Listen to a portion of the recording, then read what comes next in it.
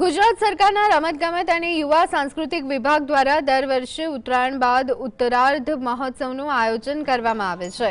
આ વર્ષે પણ મહેસાણા જિલ્લાના વિશ્વવિખ્યાત મોઢેરા સૂર્ય મંદિરના સાનિધ્યમાં 17 અને 18 જાન્યુઆરીએ ઉત્તરાર્ધ મહોત્સવ યોજાશે।